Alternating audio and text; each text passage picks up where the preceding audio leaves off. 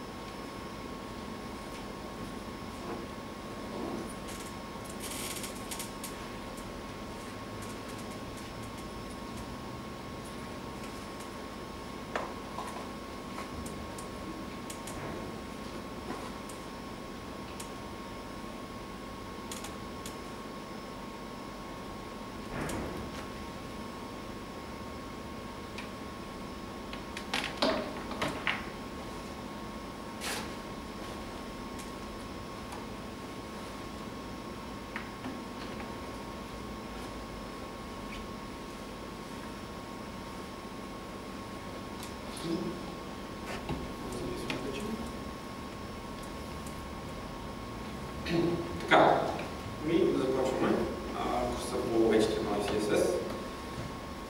Собствено. Така, първо да се представя, казвам се Константин Данков, занимавам се с HTML и CSS вече 10 години. Страшно, но няма. Първата си години. Така, преподавал съм вече на няколко места. Филип Лап съм водил, имам си собствени курсове, разработвам и се занимавам. Имам желание да се занимавам с преподаване, доста сериозно. Освен това, преподавам веб дизайн в ТОЕС на 11 клас. Така че ще бъде някакъв опит с преподаването и съвсем нещо. Основно на това ниво за момента съм преподавал по-фундаментални неща. Нищо, което ще помоля е питайте въпроси. Няма лошо време, аз ще ви кажа. Точно въпроса, който ще дадете, ще бъде отговоря малко по-късно, нещо такова, ще ви кажа, но няма страшно. Трябва само да се питате. Това е най-важното нещо. Всичко останало. Питайте. Няма такова понятие като глупа въпрос, няма. Важното е да се накрая да разберете за какво става въпрос и продължаваме да се учим. Така че това е първите неща. Обяснявам винаги по всяко време. Питайте. Това е основно. Друго основно за мен, работил съм с доста различни компании, Google, Microsoft, Nokia включително и доста интересни големи проекти. Това е най-общо за мен. Сега, какво ще правим в курса? Ще научим основите на HTML, CSS. Целта на упражнението е да се научите как се правят сайтове в фронтенд частта, как се взима един дизайн и как този дизайн се превръща в код, за да може да го разберат браузърите и реално да се ползват туристически сайт. За мен HTML като цяло не е особено сложен, изключително лесно ще го схванете, по-интересната част CSS и основно как се правят лейаути, как се сглобяват различни интерфейси и как да го направим това по правилния начин. И HTML и CSS са доста описателни езици, може да направим много лоши неща с тях, така да се каже, да го сочим по-трудно да се поддържат, но ние ще се учим как да направим това нещо по приятелен, интересен начин. идеята е, че в някой момент, след като ни се обади клиента след 6 месеца по-късно, няма да се бие в главата какво сме писали преди 6 месеца. Така че нямаме време това да се случи. Сега, програмата на курса ще я покажа след секунда. Това, което имам в момента, ще покажа малко набързо за екипът софтуерно цяло и ще обясня малко за разликите. Ще покажа къде може да видите и ресурси. Визуал записваме с камера, аз си записвам екрана в момента. Днес е по-скоро представяне на курса, ще учим малко HTML. Съответно няма да има толкова много ресурси и неща за учене за следващия път, но следващия път започваме с сериозните неща и ви ще имате достъп абсолютно в интернет до самите слайдове, целият запис на моя екран, какво се случва и отделно видеото. Така че всичко това ще го има онлайн. Нищо така за събуждане, много е. Понякога ще се събудил вече. Няма такъв случай. Добре. Fundamentals. Просто малко от неща. Ще говорим за това какво е интернет. Колко от вас си мисля, че знаят как работи интернет? Общо така на много високо. Добре, супер. Така. Тук са просто теми, какво ще си говорим, основни неща за технологиите, с какви инструменти ще работим, фундаментални неща за HTML, след това ще учим таблици, форми, семантичен HTML и други таблици. За CSS, какво ще учим? Ще направим ли първо overview, ще започнем да говорим за презентации, layout. Може би целият курс може да се до точка 8. За мен това нещо е най-важно. Всичко останало е, да кажем, основата, и като научим основата, точка 8 CSS layout е най-сложната част в фронтенд. Защото най-често ние с това се сблъскваме. Когато е някакъв дизайн, трябва да го направим по интересен начин. И всъщност за това и CSS се е появил като език, защото имаме нужда да правим лейаути в web. Лейаут е как нареждаме страничката, как един елемент стои отляво, отдясно. Искаме, примерно, да имаме група от елементи, които не знаем колко са големи, обаче да са центрирани в средата. И различни правила за това как подреждаме една страница. Визуално. След което ще си говорим за малко по-вече сложни неща, CSS препроцесори, фреймворци, патърн, вектор. CSS препроцесори влиза с SAS и LESS, или? Да, като концепция. И тимворки, накрая ще имате малко вече заедно точно. Slice and Dice? Това е цялата идея на курса.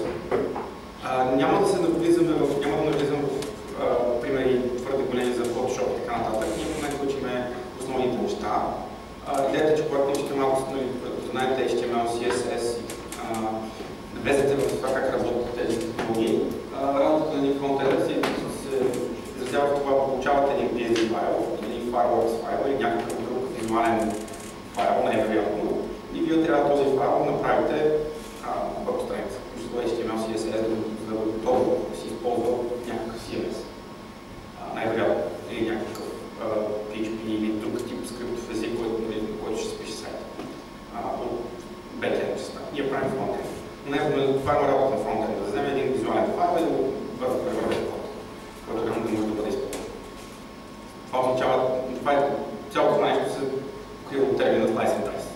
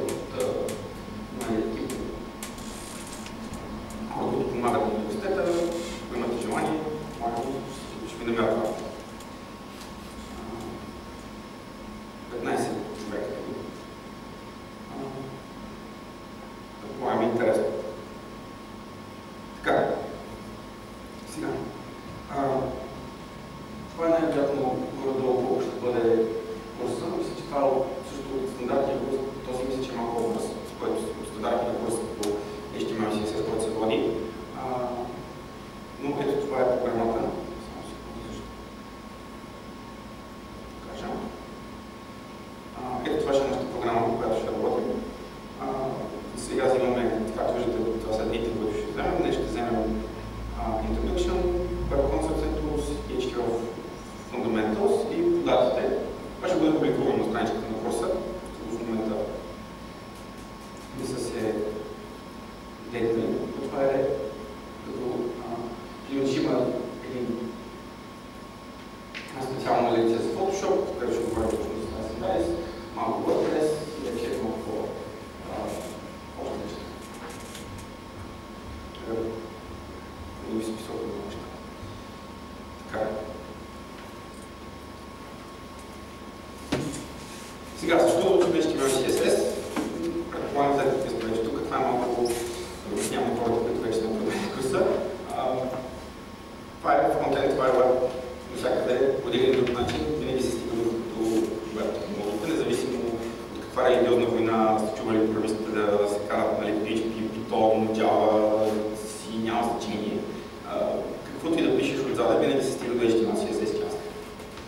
Това е, няма избягване от това нещо и дори да нямаме желание да станат професионални фронтендери, едно основно фундаментално разбиране на тези технологии е нужно за всеки човек, който работи в тази сфера.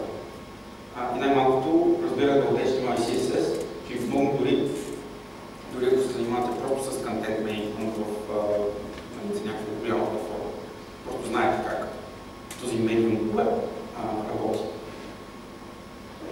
Специфични неща. Освен това, нали, вече изключително популярно е всеки да има вебсайт или нещо още по-сложно.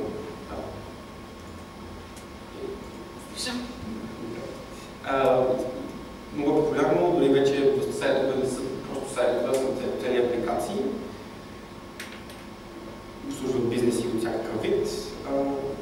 На теория работи на всеки девайс и ние сме хората точно, които са отговорни за това нещо, да работи на всеки девайс или да го направим така, че да сме си свършили работата и да оставим хората, които правят девайса, да свършат тяхната работа, за да може да показва простия девайс веб страници правилно. Съответно, много търсена работа е. В момента има, особено мога да кажа, че в България има сериозен достъп на добри фронтендери. Изисква се доста сериозно внимание към детайлите и се търсят хора. Съответно, вече има 5 числа HTML като цяло и фронтенд щата станат по-големи, защото ние сме сервис индустрия и по-голяма става всички. Ние растем с всички индустрии на работа. Няма ситуация, в която ние да стане без работа. Докато всички хора на планетата, всички бизнеси, всички нямат application, че е сайт, че е телефон, тогава може да остане без работа, но в скоро време не виждам това да се случи. И да, както казах, всеки IT professional трябва да знае малко. Докато това в крайна сметка е крайния език на интернет. Сега, защо е английски? Както виждате, слайдовете са на английски. Сега, това е нещо, което аз също много сериозно подкрепям. Има много ситуации, в които защо трябва да уча еди какво си, или много искам да науча това. Да не научите нещо, трябва да научите нещо друго предварително, за да наистина има смисъл. Ако английски ви не е на достатъчно добро ниво, по-добре да научете английски и мисля на някакво основно ниво да можете да четете, то за времето се научава. Но първо, целият софтуер, самите езици, термините са на английски, това е изключително бързо развиваща се среда и индустрия и съответно се развива с най-развиващия си език. Основно защото е глобално. Адски много хора работят за чужбина, това е нещо друго, също, което постоянно се говори на английски и съответно термините си се правят на английски. Всички сме чували теми на блог или много други подобни неща, които се случват на английски. Ако не знаете езика, става сложно. Да не говорим, че дори в самите езици по-специфични неща, пак по същия начин, CSS препроцесор, вече си е термин, така нататък.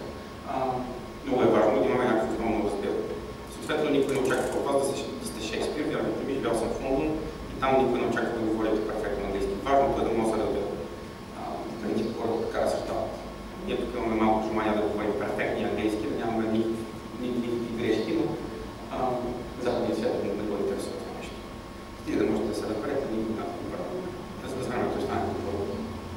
Така че, да, за да не се получават изпълнения като шлёхавица, където всяка трета дума е на английски или някакъв странен тип за превод, който не може да използвате след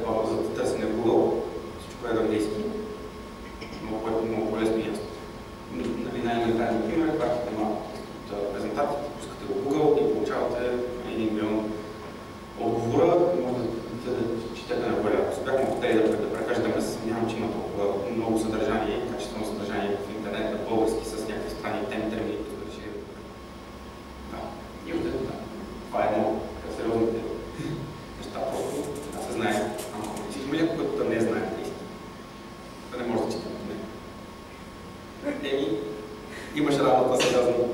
Другия път очаквам за една седмица да си готов.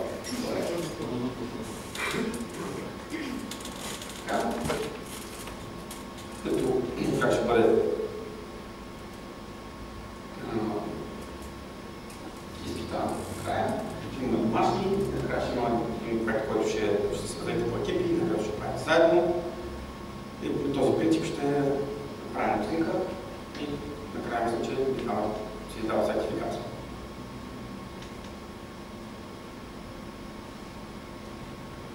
Ще има практически изпит, точно Slice and Dice. Дали ще е директно в Photoshop или ще е просто картинка, която вие трябва да направите с CSS. Ще го решим, защото не всеки има Photoshop, не всеки има и машина, която може да пусне Photoshop. Това ще се реши впоследствие, но това е идеята. Даваме картинка, вие трябва да дадете два файла HTML и CSS.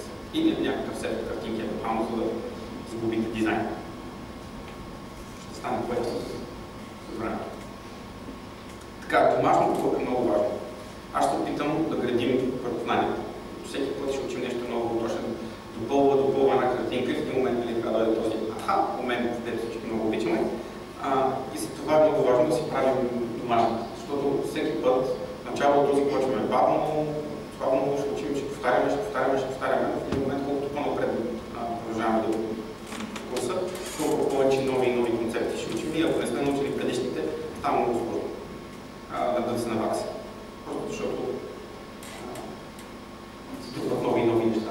Това домашното се изключително важно. И не само програмирането, но по принцип опитът е изключително важен, особено в такъв тип позиции, като HTML и CSS. Научаването на много неща е чрез повтаряне, докато не ви писне. Трябва да пишете наистина код всеки ден. Ще има лекция и няколко практични примера и задачи да ги направите. Съответно и домашно.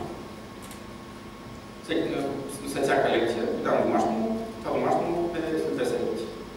Значи винаги работим с седмица назад, на домашно. И го връждаме през системата? Да.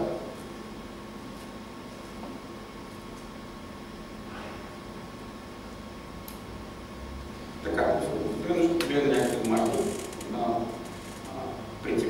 Харесвам си някакво домашно, поглеждам го, иначе винаги можете да си гледате вашите домашни и да си помагате между си. Ще се опитам, ако сме наистина в такова малко хора, може да там фидбек персонално на всеки, особено в началото, когато домашните са доста елементарни, няма да има проблем. Но също е готино, просто интересно между си. Точно перспективата, контекстът е по-интересен, как вие виждате собствените си работи един към друг, като ниво знание. Кой ще види грешките, кой няма да види грешките, помагате си и в двете посоки. Си показвате и кода ли.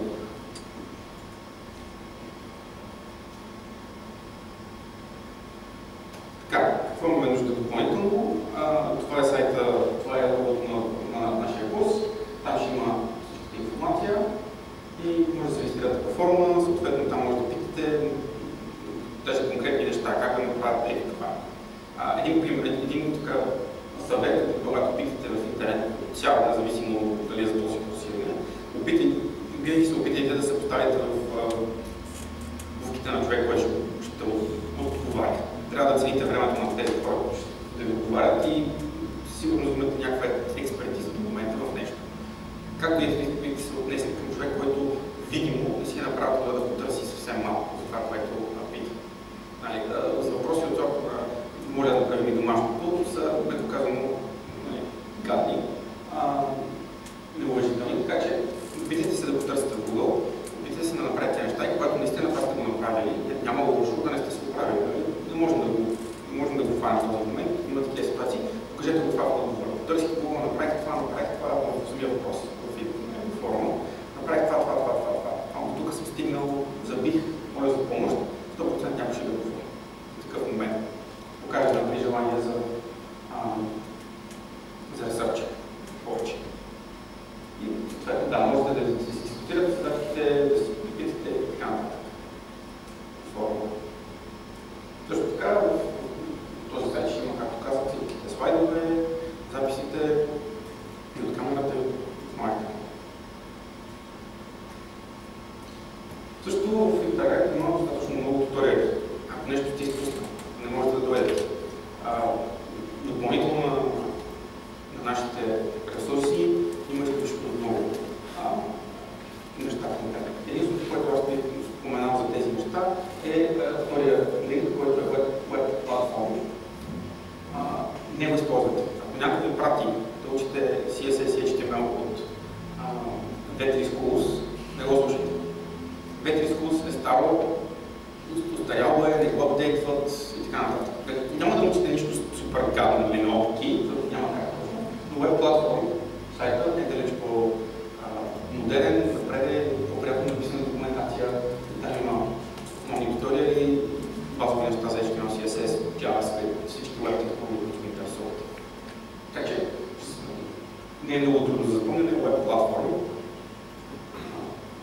Това е първото място, където да търсите документация.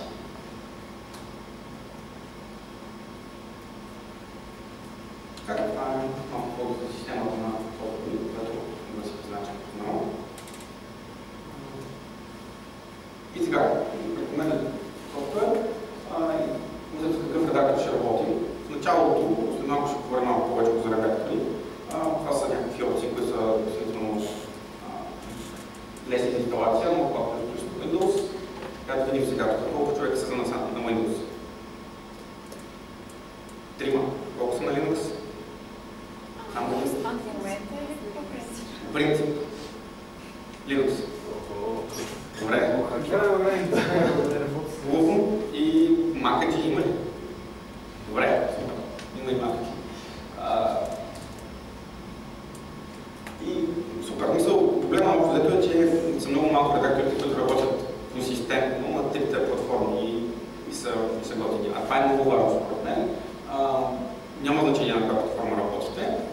Има по-дългосрочен план, като професионален контент има значение, но в момента не би трябвало да има никакво значение. Трябва елементарен текстов редактор.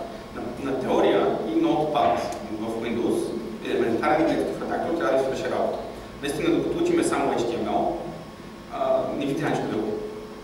Всичко останало, което се учи, е всичко останало, което може да получите от, примерно, Notepad++ или други редактори, такова нещо, е да ви помогне да ви спести работа, което е нормално. Прекарвате по 80 часа на ден да детирите текст. В един момент знаете какво искате да правите. Искате инструменти, с които да работите, да ви помага в работа, а не да ви пречи. И ще разгледаме по сериозни неща.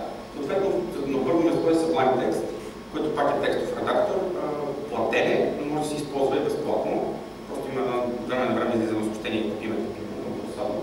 Но идея, той работи на Mac, на Linux и на Windows. И не е безумно скъп. Ако решите да инвестирате в професионално развитие, значи нещо в на $70. В дългосрочен план не е лошо. Има и други решения, които са безплатни, но пък те искат изключително много време и инвестиция във време да ги научите. И се правообратно, практикът се web-based, както на Adobe, където може да го залезете директно в браузъра, а в тази студио е IDE, вече минаваме в този тип редактори, в Visual Studio, като за мен заредиме големи IDE-та, за да редактираме текстови файлове. В момента е някакво, като убиеш муха с тия. Безумно, но има такива решения. Така, както казах вече, имаме първите стъпки в HTML, CSS, малко topics. Така, това е до момента. Въпроси? Няма. Всичко е ясно. Добре. Може ли да ни кажете за Brackets, например, някой плагин за по-бързо да се случва нещата? Или каквото не е? Ами не съм го ползвал, но мога да погледам. Мога да разгледам. Ще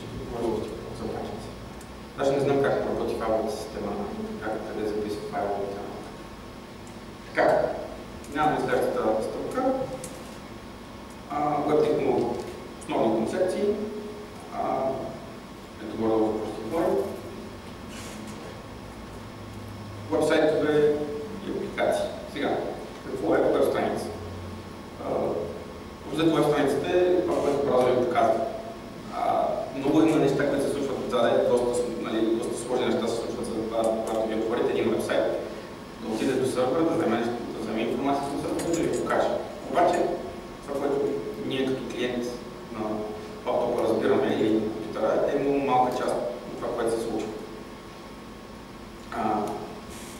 Цялата бекенд е, така да се каже, невидим, да се случва на сървъра, да взимаме информация от базата данни и я връща обратно на самия браузър.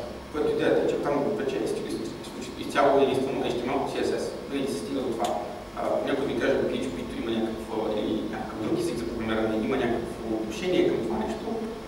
Отношението им стига до това, че на сървъра, без ние нямаме достъп там, тези езици се използват за сглобяване на HTML. Ние получаваме HTML. Само браузър ни е нужен за това нещо. Нямаме нужда от никакви други неща, като клиенти, точно за това стане толкова популярно, всеки може да има някакъв веб браузър. И вече навсякъде има веб браузър. PlayStation 3, 4, мисля, че и 2 имаше някакъв вариант с веб браузър и всеки телефон, вече всички смартфони още. На време имаше по-старите смартфони също имат веб браузъри. Като гледна точка на клиент, много малък има set-top боксовете за телевизия, и те имат браузър на тях. Получава HTML, прочита го и го показва.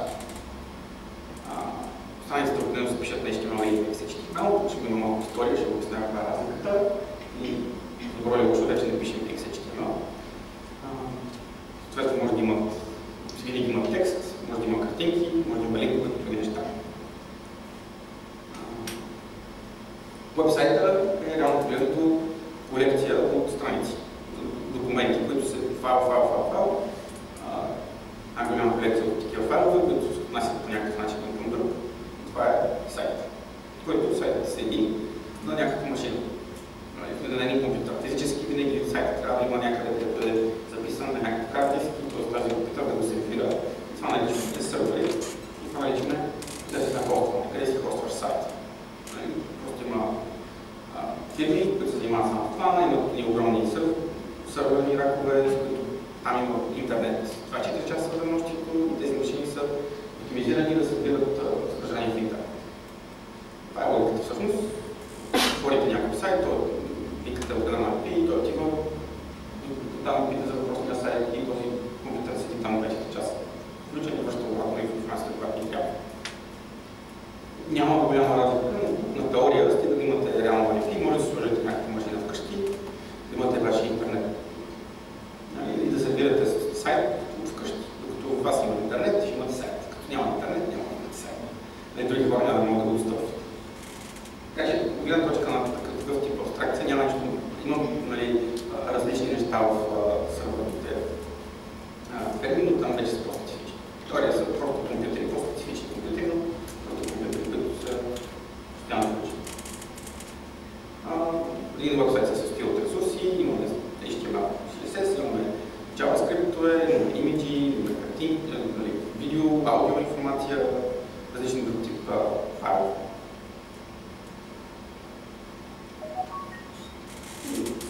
Най-общо World Wide Web е всичките публично достъпни страници в интернет.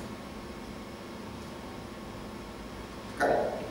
Сега имаме тази дефиниция на Web Application. Това е малко по-сложен вариант, когато ние използваме Web технологията да направим апликация.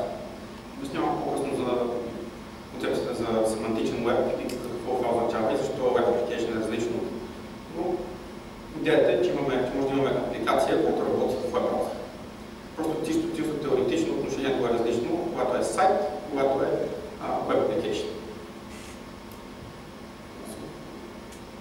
Апликациите са обикновено разбити някакви логически части, които ги наричаме tiers. Съответно имат нужда от бърз достъп, те имат обработват повече информация, по-интерактивни са. Примера за нещо за хибридно е Facebook. То не е просто един сайт, защото има изключително много интерактивност в него. Реално погледно се използва по различен начин. Не е просто сайт, не е просто някакъв информационен сайт или нещо да прочетем.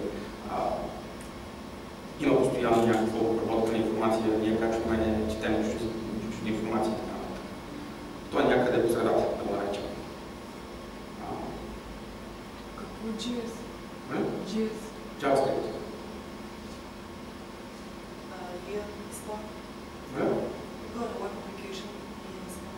Това това са съкръщения за най-различни типове подход. Може да ги гугълнете, за да бъде по, как да кажем, concise и proper description.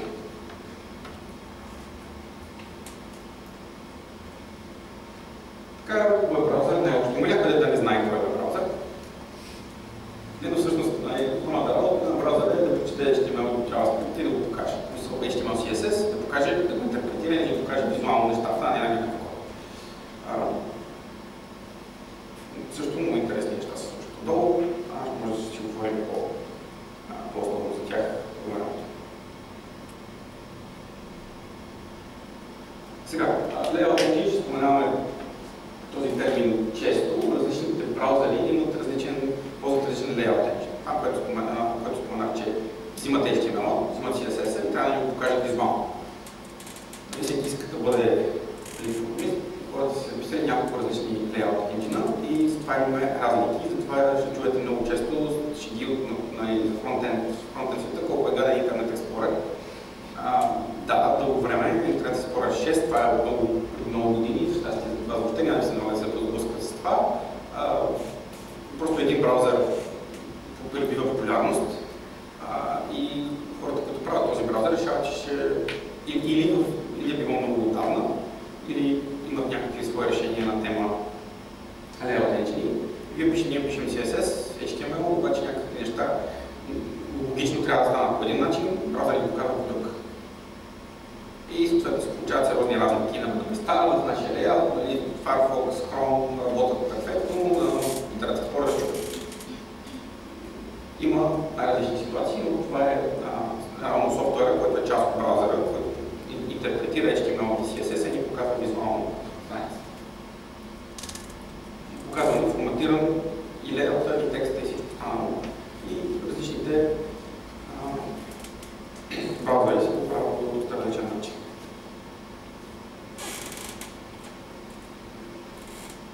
Съответно, има специфичности на мобилни устройства. iPhone-ите използват за щастие, доста се стандартизираха нещата, мисля, че Android и iOS, само за Windows Phone. Windows Phone използва Explorer. Използват WebKit. WebKit е основата от Safari, Chrome, доскоро използваха един и същи. Сега вече Chrome използва различен, защото те си направиха собствен. И в момента Chrome и Opera използват един и същи layout engine. Safari използват трети, Mozilla използват четвърти, мисля, и Internet Explorer е пети. За щастие в момента, горе-долу, нещата са много добре и ние няма да се запускаме с сериозни проблеми в layout engine. Но ще има малки разлики. Ще видите как Firefox прави някакви неща проблеми и така нататък. Но са малки дреболи. Браузърите е лошо. Да. В крайна сметка имаме един стандарт. Една организация казва, това е стандарта, по който ние ще пишем код и вие трябва да го интерпретирате. Обаче има една група хора, които пишат браузъри, които решават как да интерпретират тази документация, която са наши хората си изнесли. Те имат право да си правят къде и какво си искат. Никой не може да ги задължи. Ако те искат да следват този стандарт, който се пише на нещата, могат, ако не искат, става сложно. Това пример мога да покажем събраното, ще видим като учим CSS, че различните браузъри имат различен синтакси за писане на градиенти в CSS. И ето гледаме engine-ите, конкретно. Blink се използва в Chrome и Opera, Gecko се използва в Firefox и тази браузъри. Това е някакво да се казва този до Firefox с голямото на. Netscape. Добре. Имаме малко. Това е Netscape и един от първите браузъри, по-известни браузъри. Много преди, още с Internet Explorer в началото. Netscape, комуникатор 4 съм използвал преди да съм го WebKit. Всъщност разликата в момента, стария Chrome и Safari използва WebKit. И през това да използва. Преди време си имаха собствен layout engine-ите. Така. Малко история. Сега, всъщност, колко създаден HTML първоначално. Защото първо интернета всъщност е само HTML. Някакви идеи? Няма. Беше някакъв учен, който иска да споделя идеите си. Да, значи всъщност той е много не се лъжа, организацията. Тим Бърнърс-Ли е човек, те сядат и си измислят протокол, който да си споделят документи. Просто е цяло government science. Това са били студенти, колкото Да. С идеята да споделят научни документации. Защото колко ще е яко в академичния свят, нали, имаме дори само в рамките на щатите, един университет в един край, другия университет в другия край, те да си пращат документи. Това е преди сумати време. Не е имало никакви такива комуникации. Това да пращаш 40 страници научен документ към почтата, така нататък. Сериозни проблеми. И всъщност това е идеята. Дайте да се споделяме научна документация, което всъщност означава дайте да споделяме текстови документи. И в началото HTML1 бил изключително елементарен като успех. Тук е малко по-също ще дойде до този слайд, дам повече информация за историята на цяло. След което съответно започва да се развива това нещо и разбира се, че е изключително полезно. И с времето трябва повече функционалност. Не е само текст. Началото е много лесно, само текст. Прекарваме си информация от място на друго, трябва да се направи инфраструктура и с времето искаме повече неща. Може ли картинки да сложим в него, може ли нещо друго и така еволюират нещата, стига се до HTML4. Има една книга, която променя целият интернет по това време. Някой човек много хитър се сетил, че може с таблици да прави лейаути. Да каже, тук е таблица, тук имам нещо в таблицата, отстрани правя друга клетка и после се получават таблици в таблици и в други таблици, за да се правят все по-сложни лейаути и създава така наречената таксо. Изключително гаден начин за писане на сайтове, но дълго време това е бил единствения начин, за да създаваме по-сложни web-пейджи. Защото реално нуждата на използването на технологиите се случва по-бързо, отколкото самата технология може да направи. Защото има една технология, която не може да поддържа сложни неща. И съответно се абюзнали, за да стане. Като цяло идеята на HTML, поначало е да е семантична структура. Няма значение как изглежда по това време. Идеята е, аз искам да пратя на някой един текстов файл. Като в този текстов файл да включа малко метаинформация. Това е заглавие, това е параграф, това е списък и вие ще го видите като почнем да учим HTML. Това е HTML в себе си. Той е описателен език и описва, което е в него, което е твое. Съответно, как изглежда това съдържание, HTML въобще не се интересува от това нещо. Като цяло. Това му е идеята. За това казваме, може да се отвори от всеки девайс. На теория може да пратим HTML на един четец. Как работи този четец? Четец може да бъде много неща. Може да бъде браузър, който ще го покаже на екрана. Може да бъде специален брайлов четец, който ще го покаже на клавиатура за превод, за слепи хора. Може да му прочете аудио. Съответно ще го видите на голям екран по един начин. Малък екран по друг начин. Презентацията на тази информация в принцип не е важна. Важно е HTML е само преноса на информация. И някаква допълнителна метаинформация към това нещо да обясни кое какво е. И с времето това се нарушава. Когато имаме таблици в таблици, чупим тази логика. Имаме един документ, който би трябвало да описва информацията в себе си, а той вътре в него има много неща, които не са част от това, което е мисля. И се появява се CSS, като идея да има друг език, който описва визуално нещата. И те са отделни неща. И може да заредим HTML браузъра, отделно за браузъра зарежда CSS, този, който му трябва. И може да браузъра да кажем, базирано на това къде ми показваш този HTML, зареди различен CSS. Когато добавим CSS, може да кажем, това го зареди, ако ми показваш на екрана. Заради този CSS го показваш на проекта. Не зарежда и съответно по-специфични случаи, които тези хора тотално игнорират CSS-а и си използват техните четци. Дали ще е прел, дали ще е аудио, дали ще е някакъв друг интерфейс. Те тотално не ги интересуват, защото тях визуално няма. там въобще визията не е заинтересована. И така, това е Web 1.0, така да се каже. Сперите наричат редовно. Това е когато наистина има си хора, които съставят информацията, кажат в интернет и други хора, които я четат.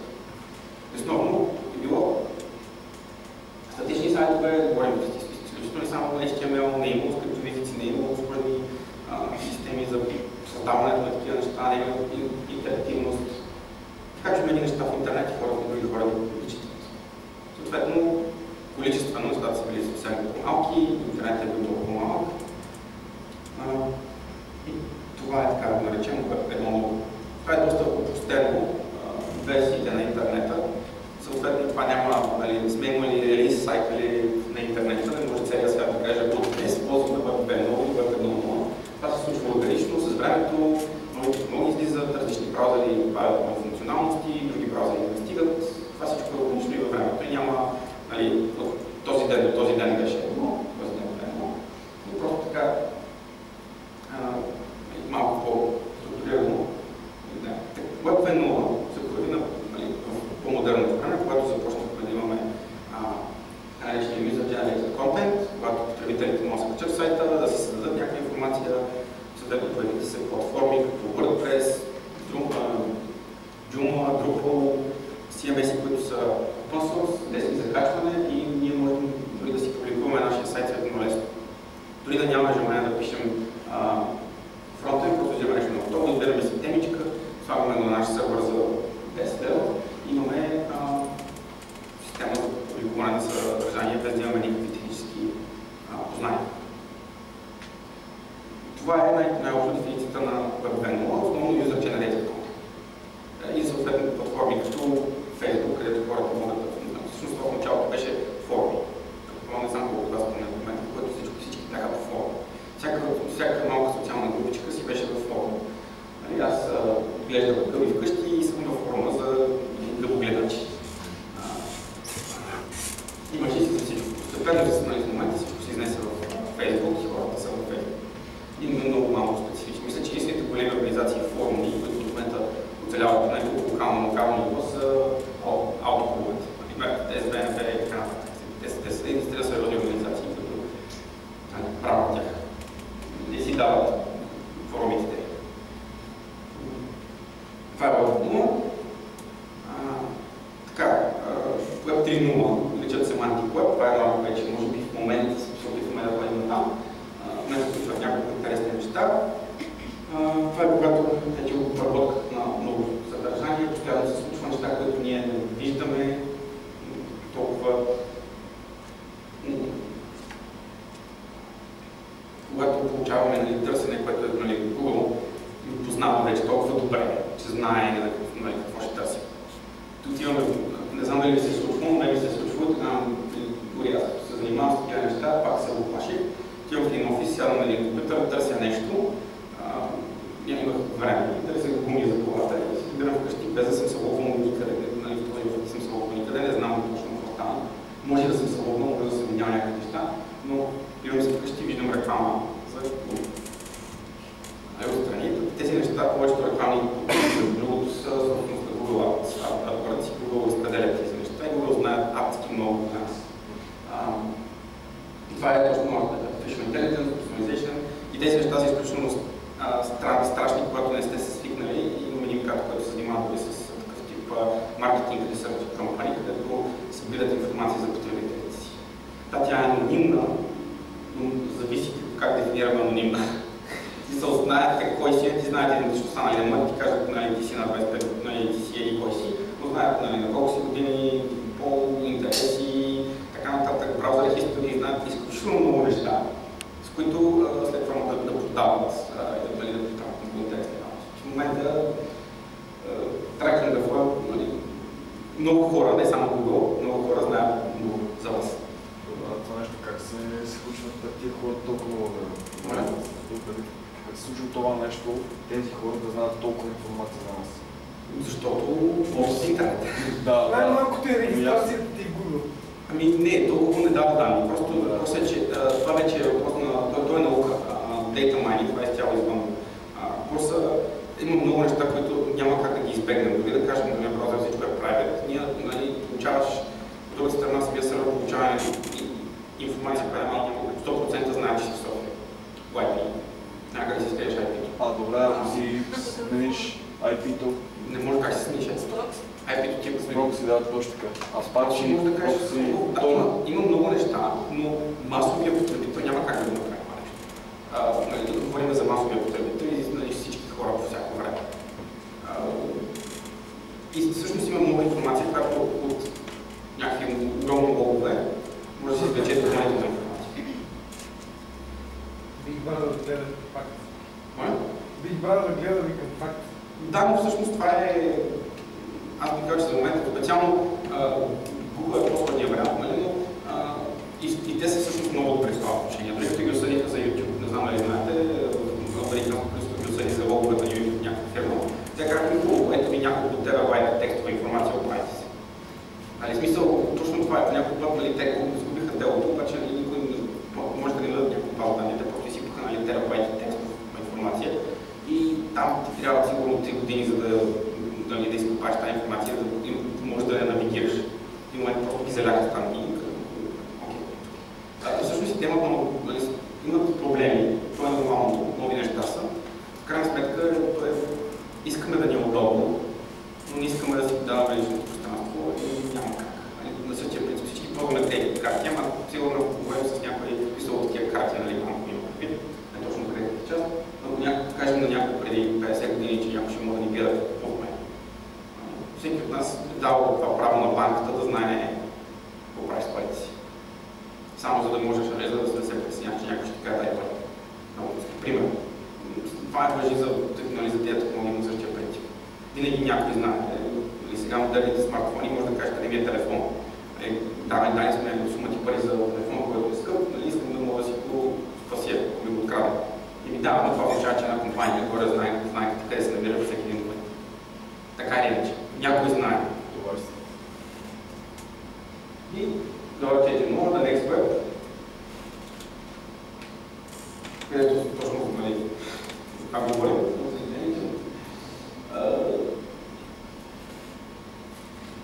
Започва да това е допълнителна информация, още повече intelligence,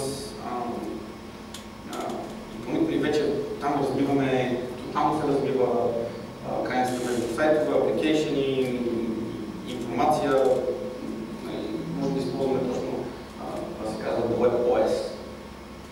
В момента,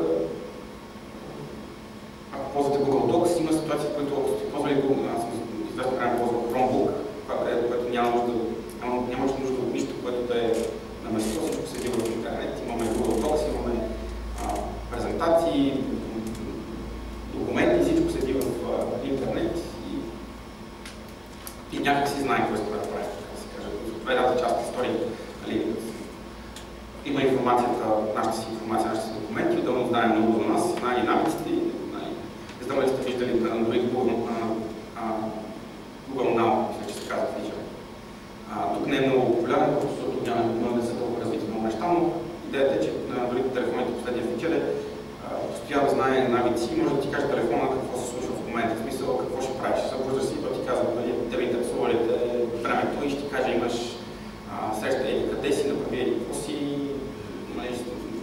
Лайв ти казва тук заби надявам, защото там има затръстване и такива неща. И предиктив информация, която е супер изумна, за да знаеш това как работи, означава, че знаят много за нашите навици. Допълнителни такива неща. Така, това е една графика интересна, може просто да разбирате за еволюцията и кажем как се случва. Във времето, както казах, не е точно много.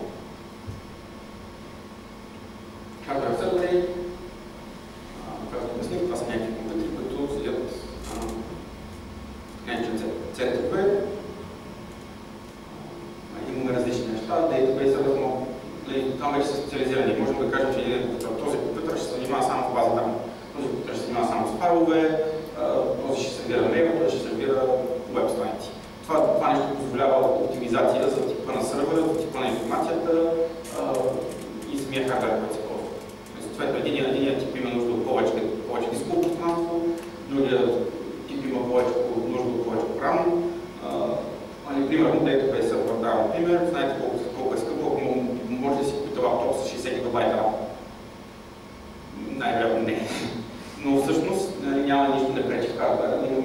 сървър с 120 гигабайта, където имаме голяма част от база данни вътре в рамта и всичко става много бързо. Това е идеята, че наистина много сървърите могат да бъдат много по-различни от гледна точка на хардуер, което позволява да се правят по-специфични неща. И само по-специфично за самия софтуер, който наричаме в сървър. Така всъщност основните са Apache, IRIS, Internet Information Services, това е веб сървъра на Windows, Nginx и LightHTTPD. Единствено, в който аз имам сървър на Apache, това е най-разпространения сървър, върви с всеки Linux, малко или много на всеки Mac има инсталиран автоматично. Мога да ви покажа после как се пуска Apache под Mac. Трябва да отидете в System Preferences, натиснете един чекбокс и сте готови. Имате Apache, изключително скоро, защото си върви с него. Това са просто софтуер, който, както коментирахме, това прави седи на една машина, отворен порт 80 и чака заявка към него за някаква информация, за някаква страница. И чрез сет данни, заявката към него отива и ми казва, дай ми този сайт и той вътре си знае кога папка, кога е файл, какво да зареди, какъв софтуер и върху обратно респонс, който е винаги някакъв HTML или грешка. Всички сме виждали 404 най-малкото или друг тип грешки в интернет. Страницата не е намерена или интернал сервера също е много любима грешка.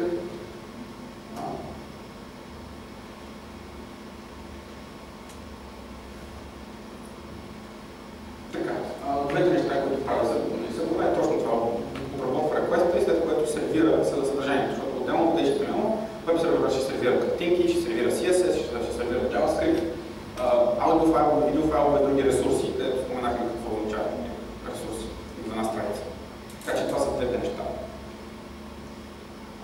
Протоколът, който се използва е HTTP. Стандартният порт е порт 80.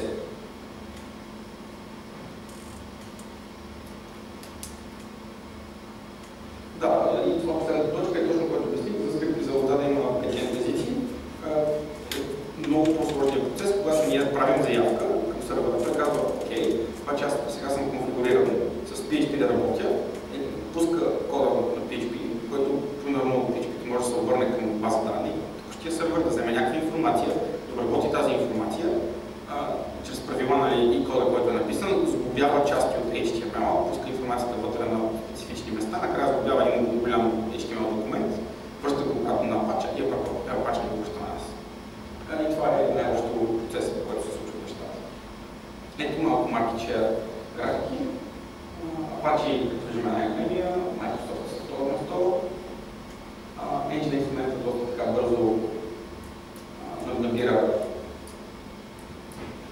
популярност и да бързо е.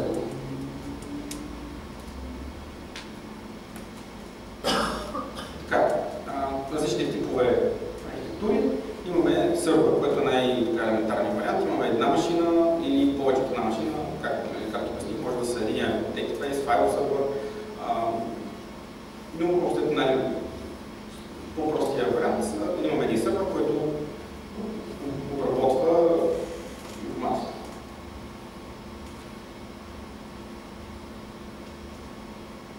Така, и ето графиката.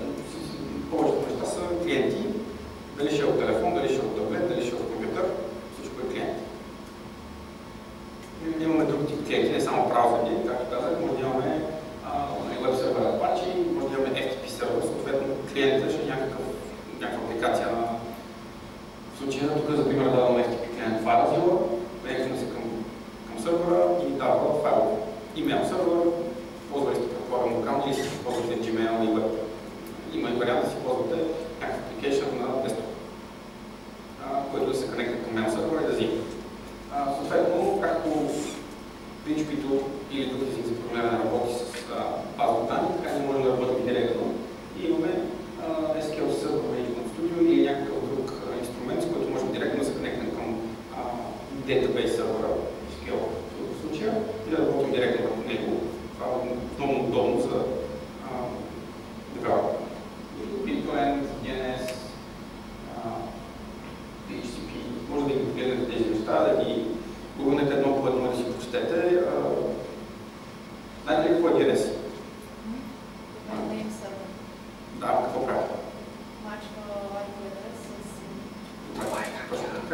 Да, ето знаете вече кой е питате, всички не е питате. Да.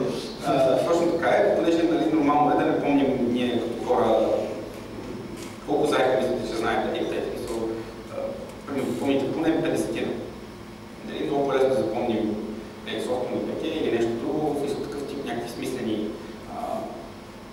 мнемоник неща, отколкото да запомним 75.35.42.12. Колко такива може да запомним. И точно това е идеята. Съответно са създадени машини, цяла мрежа от такива неща, DNS сервери, които всъщност работата им е точно това нещо, да правят матчинг между IP-та и домейн. И като си купувате домейн, всъщност това е идеята. Давате вашето IP на сервера към домейна и това правят DNS-ите. Някой написва вашия сайт, DNS му връща IP, след което той се обръща към IP-то с request-а. Това е цялата работа на DNS. DHCP сервери, клиенти, DHCP сервери, динамик, всъщност знам точно на библиотека така беше, но като се включвате към някой рутер, обикновено рутер има нужда, трябва да ви даде някакво IP на машината, за да може да се поканете. Това прави DHCP сервера, раздава IP-та и помни какво е заведено, какво не е заето. И лаптопите, телефоните и всичко останало са ходи DHCP клиент. Сам сервер е ширение сервиси на Windows. Позволим мрежата да си шервате файлове и Linux има Samba клиент, мисля, че сервер може да се дигне и сервер, но Windows като дефиниция използва Samba. Това е негово шервер. Стана ли ясно или не? Ползвали ли сте шервер, network шервер? Не.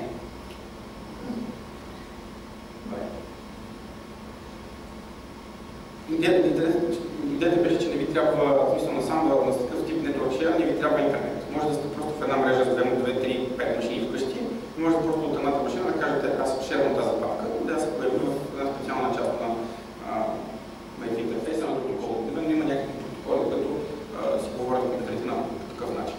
Няма нужда да се получава копиране през интернет, но в днешното време имаме Skype, имаме интернет, като си пращаме файлове от един по Skype. Skype вижда, че сме в една съща мрежа и прави компютър връзка през нашата мрежа, затова ви се случва да си пращате файлове през Skype, в една и съща мрежа имате примерно 10 мегабайта апплод. Защото просто Skype може да прецени, че имате директна връзка и файловете се предават вътре в мрежата, не през интернет. Така, и сега малко по-сложни неща, където имаме client, business logic, database. Това е, че малко по-сложни неща, няма да влизам в детайли, често казвам и значение на вас в момента. Не е нужно, това е малко по-сложни сървъри, когато имаме някаква логика, изпълнява се, записва се на базата данни, обратно се връща по-сложни структури от сървъри, като видяхме в 3.0, е доста повече неща има, повече стъпки в процеса. Няма да влизаме в такива неща. Service Oriented Architecture, това е също друг тип.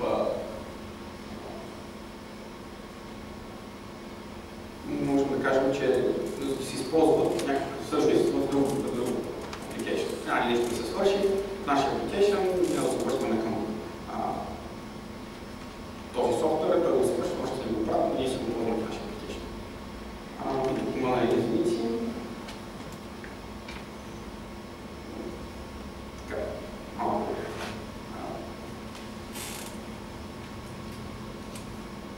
Cloud. В крайна сметка, колко от вас са чували термина Cloud? Да, някой знае ли какво е? Може ли да даде някакъв опит за дефиниция? Облачни технологии може би. Да, има на дефиниция, защото това облачни технологии, в смисъл, аз имам един сайт за gmail.com. Да, не. Извършване на някакви операции в отдалечени сървъри, физически не са пред нас. Да, всъщност, в крайна сметка, няколко неща са имат предвид от Cloud. Идеята е, че много машини, както обясних за сървъра, допълнително се изнасят за хостване. Идеята на това нещо е, че можем да направим софтуера по такъв начин, че да използва много машини. Може ли вместо да си напишем нашия сайт, като използва един сървър, само един сървър, който да е много мощен, да има много ресурси, можем да го направим така, че да използва повече от една машина. И в днешно време много удобно има такива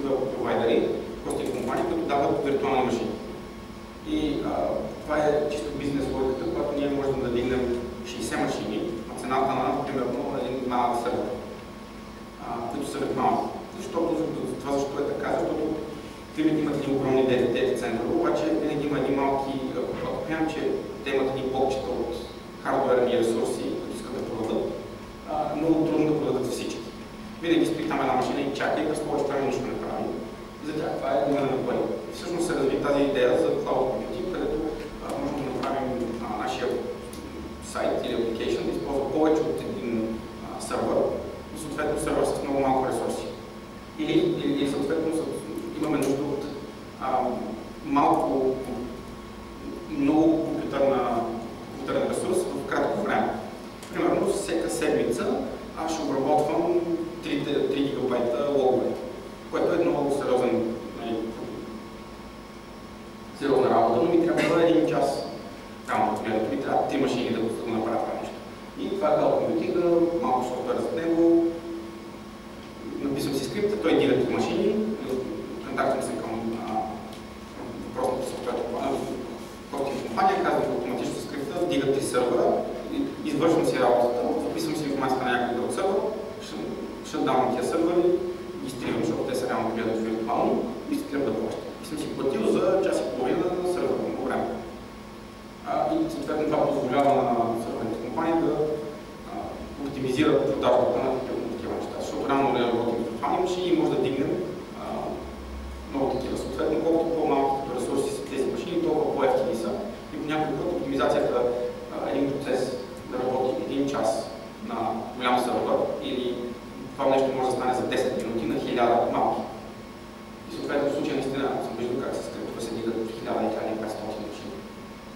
Дигат се, свършва се нещо, изтриват и всичко е наред.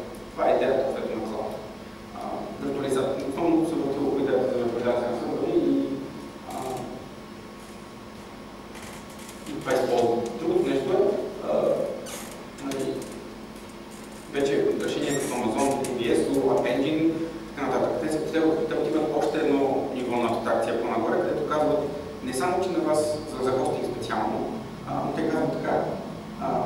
Имаме тази платформа, ние използваме тези езици за програмиране. Ей, тук така по този начин вие си втезате кода и вас не ви интересува от гледна точка на сървър. Какво правим ние отзаде? Вас не ви интересува, но ние да ви гарантираме, че каквото и да се случи, вашия сайт няма да падне. Google Page, примерно, аз имам с него. Идеята е там, качваме си сайта, сме имали спайк от сорта на 200 потребители сега. В рамките на 5 минути имаме спайк от сорта на 300-400 хиляди и нагоре. Всичко е. Там съвсем идеята е, че те отзад имат доста сериозна архитектура, където си използват точно метода, който обясних. Дигат се автоматично машини, използват различни типове бази данни и решението скалира автоматично и в един период паднат потребителите, изчаква известно време и почва да трия машини. И дига сървъри, сваля сървъри, което трябва. И съответно ние не се занимаваме. Проблема на тези е изключително приятно, изключително удобно. Съответно проблема е, че падне сървър, но измисъл, ако не работят, няма да направи по-късно. Другия вариант, когато ние си ходим нещата, няма сървъра, ще го тримаме да работим компания, мисля, че има, може да си правим сами бекъп системи и така нататък. Но използваме много тези неща, като в момента, в който падне, всичко приключва и си ще чакаш, няма решение на проблема. Основно защото те имат всичко да правят, или ако си писал за Google App Engine, не можеш лесно да се прекъснеш на нещо друго. Въпроси тук? Тези неща? Изключително интересна информация, но да се изгледа колко. И сега това са различните типове инфраструктура за сервис. Точно това, което казах. Виртуални машини, когато трябва. Платформа за сервис, точно това, което е различни решения, Java, JBoss и така нататък. И вече софтуер за сервис, application като WordPress, които са гост. Примерно WordPress.com позволява да си направи блог онлайн безплатно. Това е софтуер за сервис. А платформа за сервис точно го говорим, като споменах преди това. Така, малко обобщение. Страниците са форматиран текст, картинки, хиперлинкове и така нататък. Браузъра показва тези страници, интерпретира кода и го показва. Сайта е колекция от страници. И хардуерни сървъри са инфраструктурата, която позволява това нещо да се случи. Върху които работят веб сървъри, които се използват от клиенти, са нашите лаптопи, телефони, таблети и така нататък. Въпроси? Няма. Или аз говоря всичко много ясно, или нищо не е ясно, и нямате никакви въпроси, защото не е добре. Никой нищо не има. Обаче не знам колко имат общо с... Всъщност много интересно е примерно как се извършва това изчисление на толкова много машини едновременно. Как се програмира такъв код, който няма проблем да се изпълни. По такъв начин дали не излиза много по-скъпо всъщност? Ами не, защото смисъл това е, че е по-специфично. Как се програмира, не мога да отговоря лесно, пък и тотално извън скопа на нашия курс. Ние, това сега ще обяснявам за HTML. Нито HTML, нито CSS са програмни езици. Те са описателни езици. Няма логика в тях. Нямаме такива if-else, в смисъл, ако нещо се случи, не прави това. Нито HTML, нито CSS са такива езици, те са описателни езици и с цел, ние казваме това е нещо, в смисъл, това е часовник, той изглежда по този начин. Това са нещата. HTML казва това е часовник, CSS казва той изглежда по този начин. Няма логика. Имаме специфичности, като това, но не е като програмиране. И съответно там вече е доста просто. Но за различни. Това са много специфични решения за специфични проблеми. За клауд, които в момента говорим за неща като скалиране в размер на Twitter, Facebook, Google и така нататък. Те са фирмите, които създаваха концепцията за клауд и така нататък, което имаме милиони потребители активни постоянно. Просто там няма стандартния веб сървър, стандартната база данни, те може да издържат на такъв тип отоварвания. Просто не е мислено за такива неща. И те измислят много решения. И там има много специфични неща за програмиране. Този начин се подхожда там архитектурата е различна.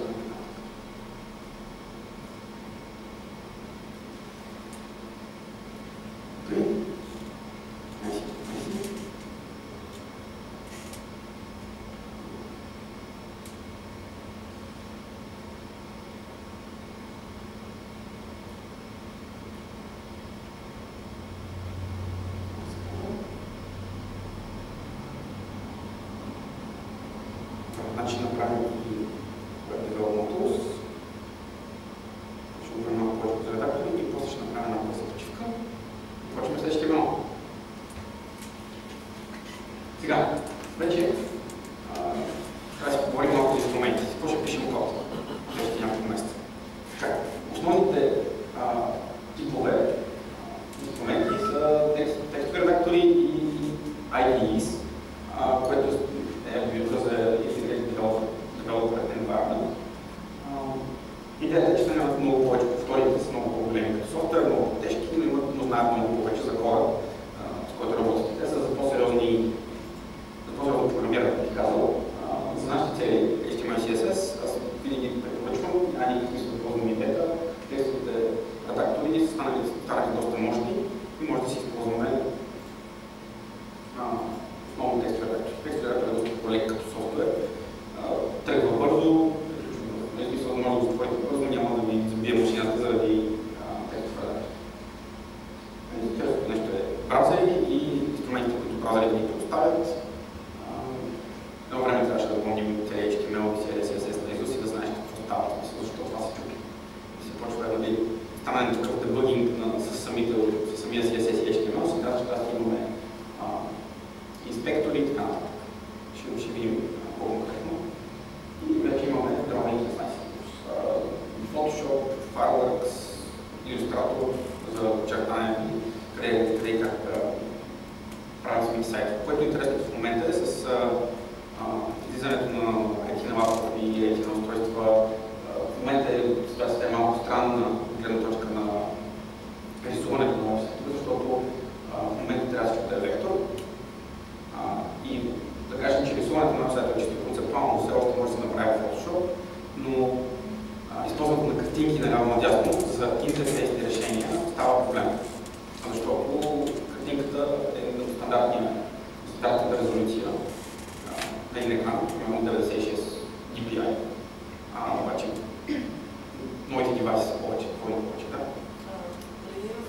има опция за web формат. Да, но тук въпросът е, че не знаем на какъв екран ще бъде заведена тази картинка. Пример давам, реди на лаптопите, този. Операционната система си мисли, че работи на 440 по 800. Обаче реално примерно 2800 по 2880 по 900, което са много повече пиксели. Идеята е, че примерно аз погледам картинки, в рамките на половината от екрана виждам всичко много пиксели. Това изглежда точно като манипулирана принт картинката. Това е такова малко хибридно решение за проблема, защото виждам много повече пиксели. И когато експортнем сега, в момента в Photoshop, в принцип, ти експортваш една картинка, която си е примерно 50-50 пиксела. Само че при мен тя ще се види на 25-25. Защото не е смисъл буквално в тези размери. И това е само на един лаптоп, само на Apple варианта с 2 пъти по, а те са поне по тях много лесно. Тук все още е елементарно, за да могат да направят този скейл. 2 пъти по височина, 2 пъти по дължина, всичко е наред. Но първо в момента, знаем iPhone-ите, вече има Android телефони, таблети, не знаем, не винаги, 100% не винаги, числото ще бъде 2. Може да бъде 3, може да бъде 1,62, 1,645, 7, не се знае. И затова трябва да се работи в така начиния резолюция. И затова по принцип картинките като част от интерфейса в момента много хора бягат в това нещо. Иконките успяхме да намерим решение, че това года използваме в момента шрифтове. Шрифтове с иконки рисувани и просто кажеш тук напиши F, той идва някаква иконка в телефона. Използваме такива неща за решения, защото те са векторни и скалират лесно. Използваме CSS, за да правим градиенти, заоблияни и всички такива решения. Но съответно идеята, че се бяга от такъв тип растерни изображения, защото не знаем какъв ще е размера на екрана. И съответно не само размера, а и какво ще е density на екрана, защото резолюцията е сложна до някакъв принцип. И затова в момента е един флъкс на цялото нещо. Много хора всъщност все още игнорират тотално всички тези проблеми и си работят в Photoshop, правят си картинки, изглежда добре, но не го видите на някакъв по-специфичен девайс с екран. Затова цяло ние ще се фокусираме върху CSS и работата с CSS. Писано с CSS няма да има много картинки. Картинките ще са основно съдържание. Показваме с някаква картинка, която си е картинка, не просто имидж файл на някакъв интерфейс или дизайн част. Така. Текстови редактори с спорт. Основно бяха на Pub++ и J на Linux. Аз добавих Sublime Text, само и Atom.io е нов редактор от GitHub, който аз вече чувал за GitHub.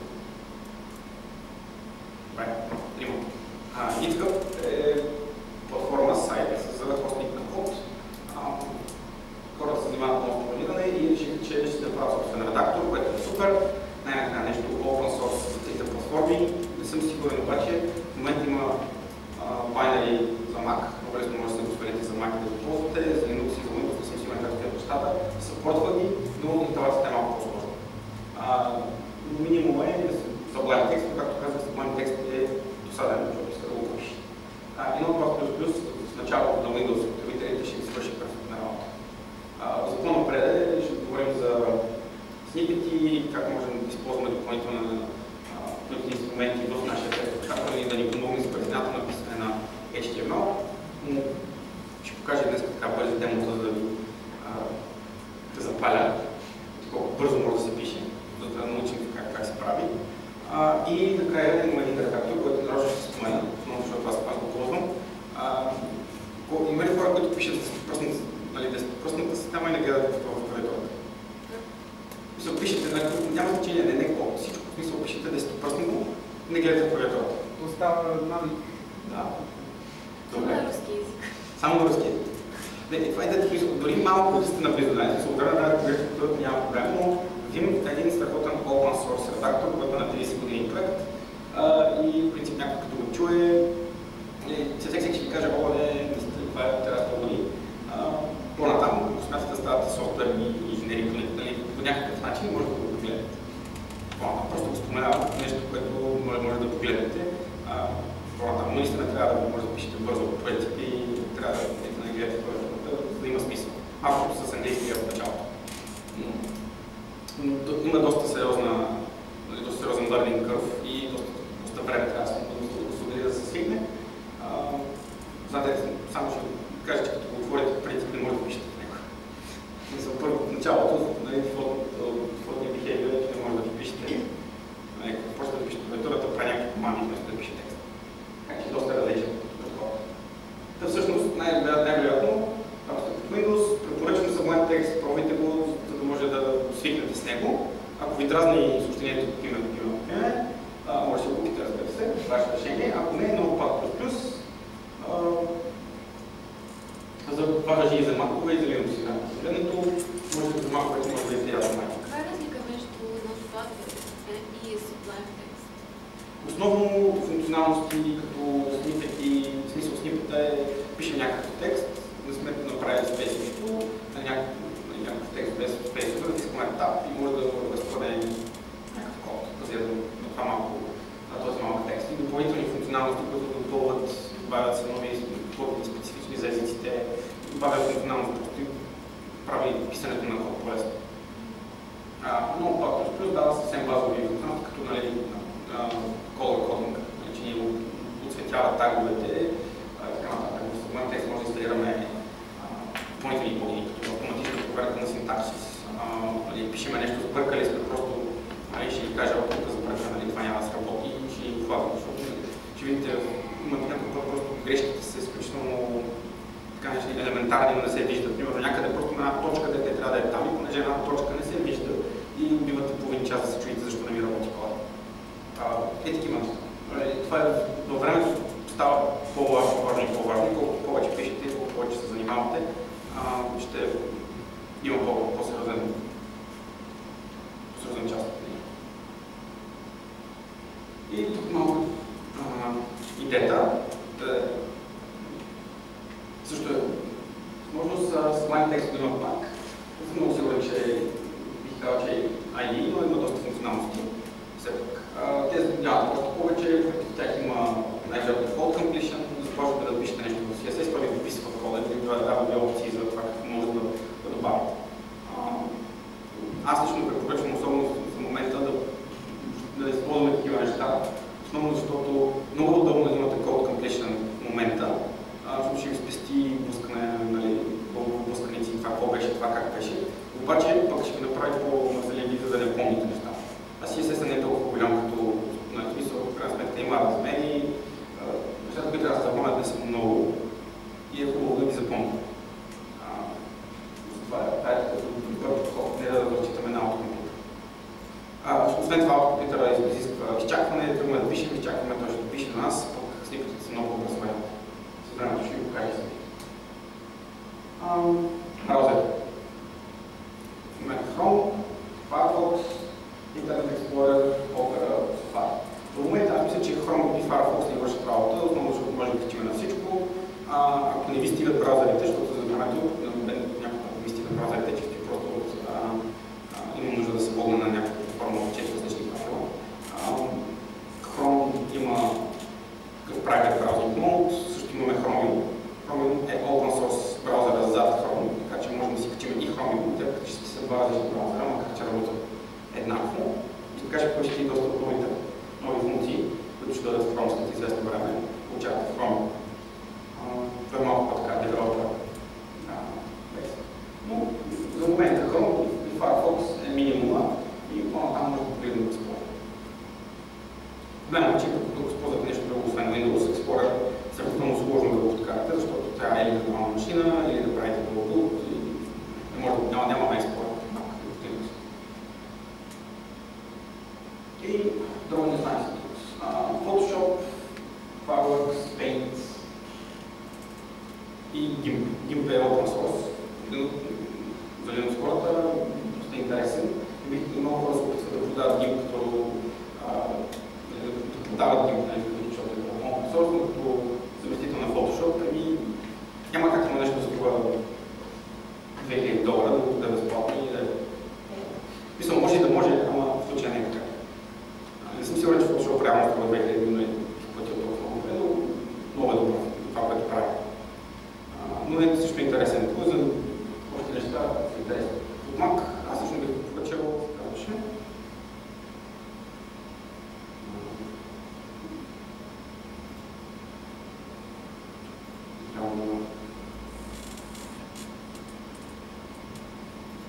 смисъл на много приятно сравнително ефтин готин имиджер. Основно за картинки и доста функционалности има в момента вече израели, така нататък, доста така по мен с Photoshop. Това опция.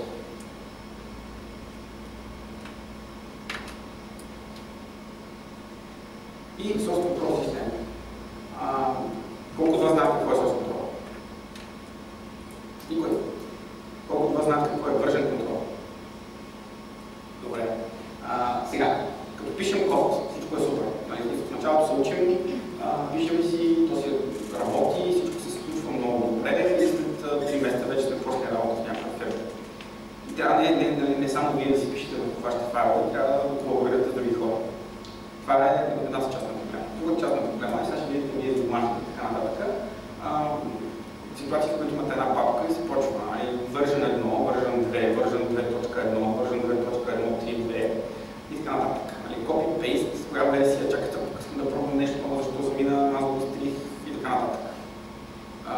Това е една страна нещата, е version control, където имате нужда от някакъв инструмент, който да може да управлявате версии на вашия код. По-основните неща, когато се занимава вече с software development, по-сериозен, там има и по-други абстракцията на малко по-различно ниво, но на нас, примерно, искаме да пробваме този леят по малко по-различен начин. Направили сме сайта, той работи, защото може да го дадем на клиента, обаче решаваме, че искаме да си спестим кода. И вариантът е такъв, или да копираме всичко, което направим в момента, да пробваме наново, или да почнем да мажем върху нашия код и някъде по средата се обажда клиента, дай ни проект. И ние сме край.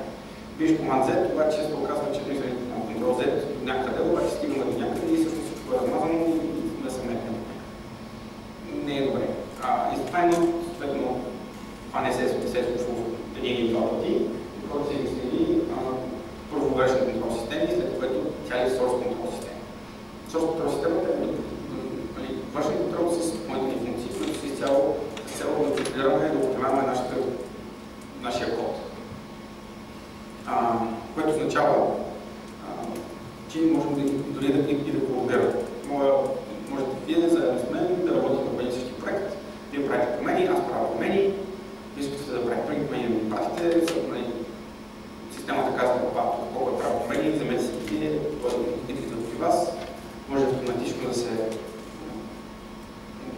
мържна, да се казва файловете, значи моите промени автоматично се файлове при вас, вие виждате какви са промените, мържва се и вашите промени, ми ги пращате на мен, аз виждам така. Всички работим върху един и същи уж, но това е система, с която това нещо се менеджира. И по този начин всъщност работят всички компании, когато има повече от един човек екипи. И винаги може да се върнем в версия назад във времето на каквато е платформа и сайт. И то наистина във всяко един момент, в който ние сме казали запиши този стей на проекта в момента. Ще го покажа в демо. И съответно двете основни софтуера са Git и SVN. SVN е поставил тул, Subversion, реално е дългото именование. Git е по-новия. Най-общо Git разликата е, че първо е добре, след това е Distributed Source Control. Какво означава Distributed? В SVN трябва да имате интернет да работите. Това не може да кажете, в смисъл не може да се запишете нов статус на проекта, да имате достъп до интернет.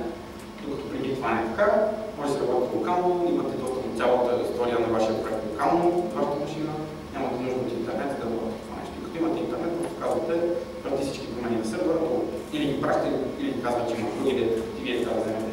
Но има модел, който нямате нужда от интернет. И GitHub, който споменах по-рано, е всъщност сайт, платформа, която позволява да си хостваме тези репозиторита,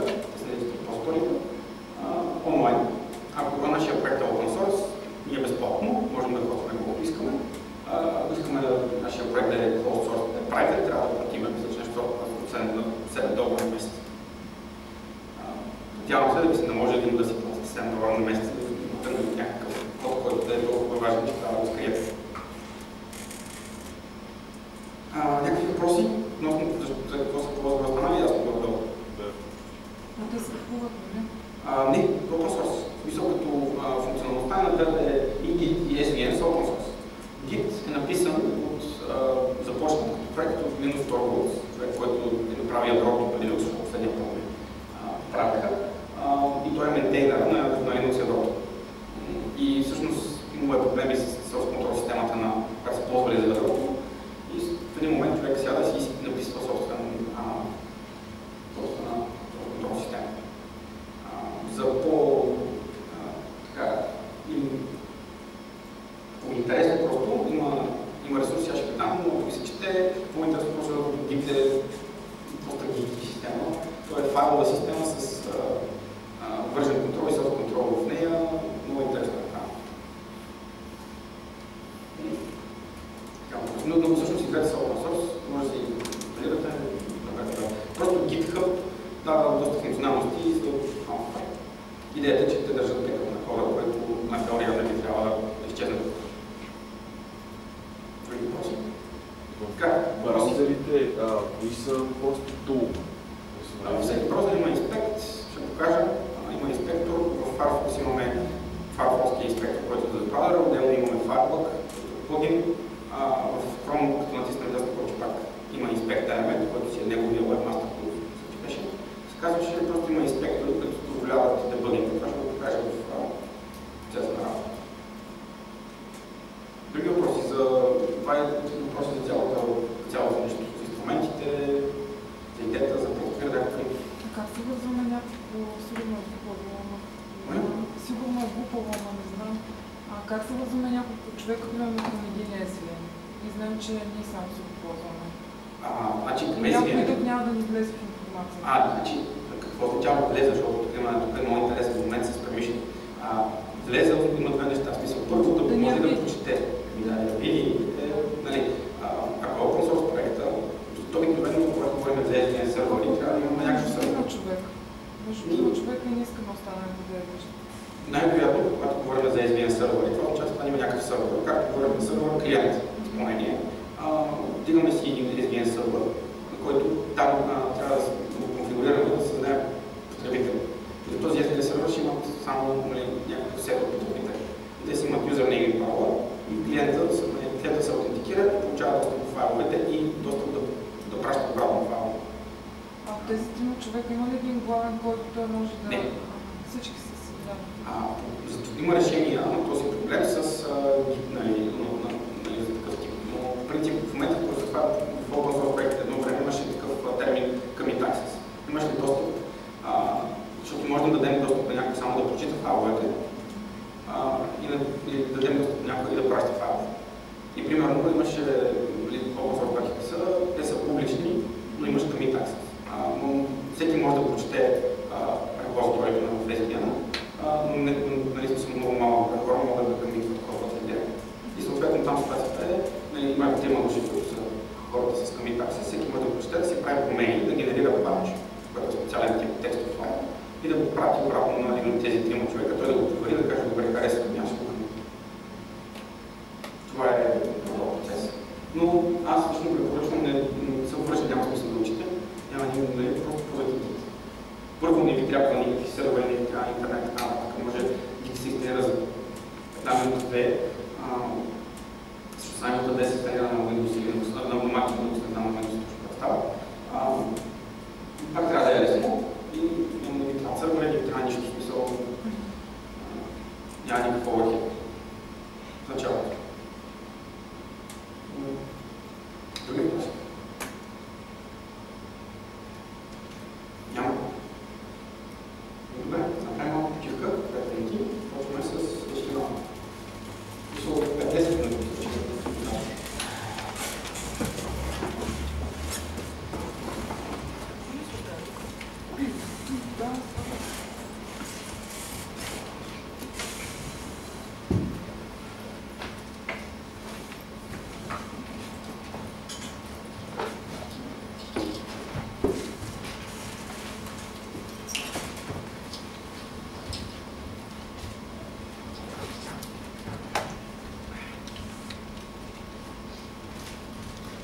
Това не работи вече, нали? Да работи, може да го спреш. Че не знам откъде. Просто да ти даде кочето. Ага.